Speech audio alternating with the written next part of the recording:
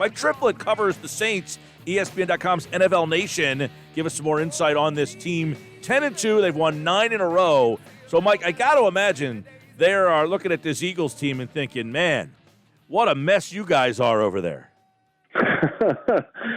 Yeah, I think they're probably smart enough not to take this too lightly because they can't slip up basically one more time this whole season if they want to get that number 1 seed. But hopefully they're able to take advantage. It was interesting. Obviously, I don't want to lump the Eagles in with what the Broncos were dealing with a couple weeks ago, but you know, the Broncos had no quarterbacks because they were the team that played in Denver that day when the Broncos had no quarterbacks because of the COVID protocols.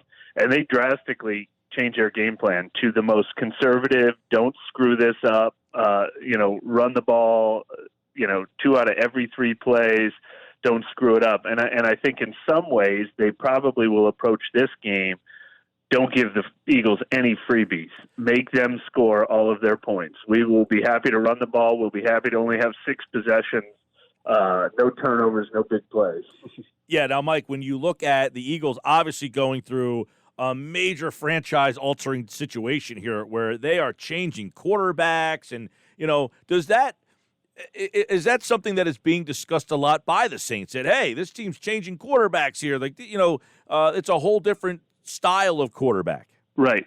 Yeah, I mean, and look, the Saints just trotted out Taysom Hill, who is a similar style quarterback, for his first career start a few weeks ago. So they know exactly probably what the approach is, and I'm sure their discussion is going to be, let's not let this guy get comfortable at all. Let's, mix up our looks, mix up our reads. The thing with an inexperienced quarterback is always, not necessarily to blitz him and pressure him, but to confuse him, to disguise, to, make him never get comfortable with what he's looking at. And I'm sure they're going to try to do that. I'm sure they're not going to let him try to get loose as a runner, and they're going to try to keep him in the pocket. So I have a feeling making him as uncomfortable as possible will be goal number 1. Mike Triplett, ESPN NFL Nation reporter for the New Orleans Saints. Now, there was a couple of weeks ago, we do our Fine 5, Ugly 5, the 5 best, 5 worst teams. And for whatever reason, we just weren't sold on this Saints team. I mean, was there a time where it's like, yeah, they're winning, and I'm not sure? Yeah. Like, did you feel that way too?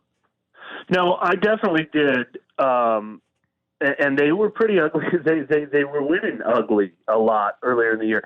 They were down 14-0 at Detroit, came back to win. They were down 17-0 versus San Diego at home and came back to win, or vice versa. One of them was 14 points, one of them was 17 points.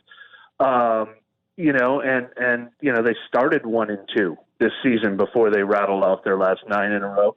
But they had to win in overtime against, I think, Carolina and at Chicago. I mean, you're exactly right to say that it wasn't convincing. But the thing that's so interesting about the Saints, and they're 1 win away from their 4th straight NFC South title, is this has sort of become their identity the last 4 years. Is they're not the team that is the new version of the Greatest Show on Turf like they were in Drew Brees' prime, where they were throwing for 5,000 yards every year. They're a team that will win a game 12-10. They'll win a game 14-9. They'll win with defense. They'll win with their run game. They'll win because of their offensive line. They'll win because of Drew Brees in the passing game sometimes. But they're just so, they probably have one of the best special teams units in the league. They have the number 1 defense right now. They have a top 5 run game. They usually win the turnover battle. They just don't count on any one area, and they can win a variety of different styles of games when they need to. I hate to be so cliche, but is this a standard trap game? It's their 3rd straight game on the road, and after this one, they play the Chiefs. So could it possibly be they overlook the opponent? I think certainly it's possible in theory that they have a letdown game at some point. I do think, though, that this team, especially the veterans who've been around and have had a lot of heartbreaking playoff losses in recent years, they know the value of that number 1 seed. Not only getting the bye, there's only 1 now, but getting to play in the Superdome and all the playoff games, not having to go to Green Bay in the NFC Championship game and play outdoors in the cold and get to play at home. So I think the season with only 4 games left, I think it's easy enough for them to say, we got to run the table so that we can get that week off and stay at home for the playoffs. That makes me think, if this was week 9, I would think a trap game is more possible than week 14 or whatever we're in right now. But you're definitely right that, this sets up for one of those. Mike Triplett covers the Saints, ESPN.com, NFL Nation. Taysom Hill's going to play quarterback, and I don't know. I really haven't watched a whole heck of a lot of them up close with him as the quarterback, but what have you seen from him? I mean, what do they do differently with him as the quarterback? I've actually been surprised. I thought, the talk when going into his first start was similar to what I'm sure the talk is in Philly with Jalen Hurts, that it would be some designed runs, some plays where, taking off and running might be the second option if the first read isn't there. But he has been way more of a pocket quarterback than I ever expected them to have him be. His first game, he completed 18 of 23 passes. Last week, he completed, I think it was 27 of 37 passes. So he is throwing the ball and playing, quote unquote, a traditional quarterback position even more than I expected.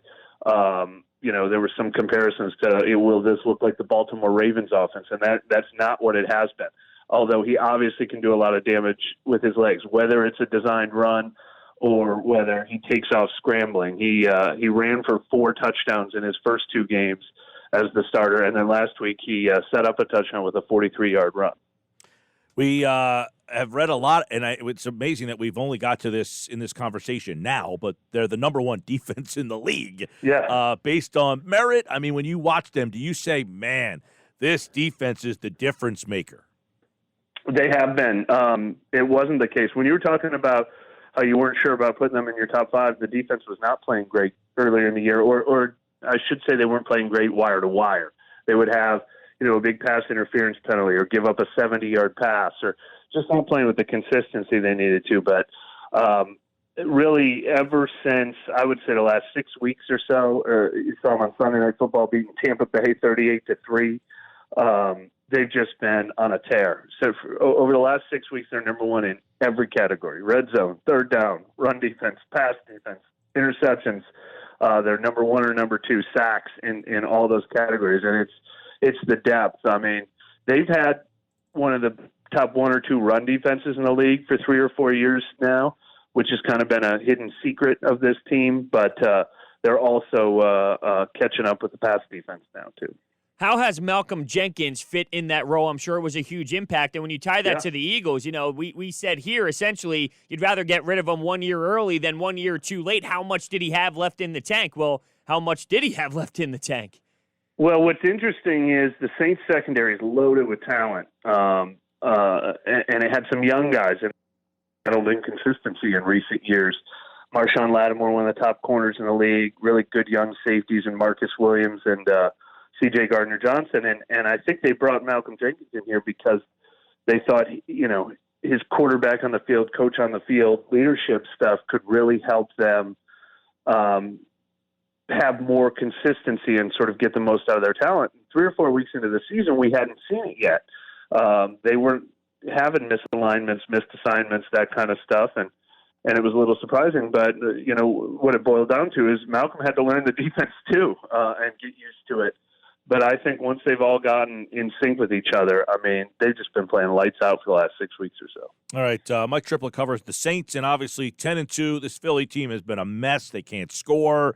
Defensively, they're just average. I mean, is there any reason to look at this Saints team and think, hey, they're overlooking this team? I mean, it seems like they got a lot to play for. So it does. I mean, the games in Philly, it's their 3rd straight road game. Any concern from that team looking at this Eagles mess? Well, yeah, I mean, first of all, like we said, they were winning a lot of close games, and they barely beat Detroit, they barely beat the Chargers. There were other struggling teams that the Bears they barely beat during this win streak. So they haven't been perfect all along, and we are still talking about Taysom Hill's 4th career start as a quarterback. A guy who many people were, thought it was a joke when they were starting him and saying it's a gimmick and things like that. And obviously he's proven a lot of those critics wrong that, he's not a perfect quarterback by any stretch, but you understand why the Saints are giving him this shot.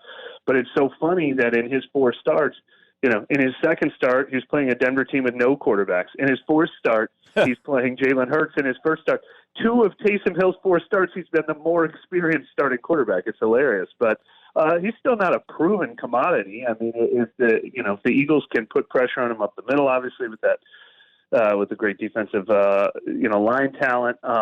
His two other games came against Atlanta.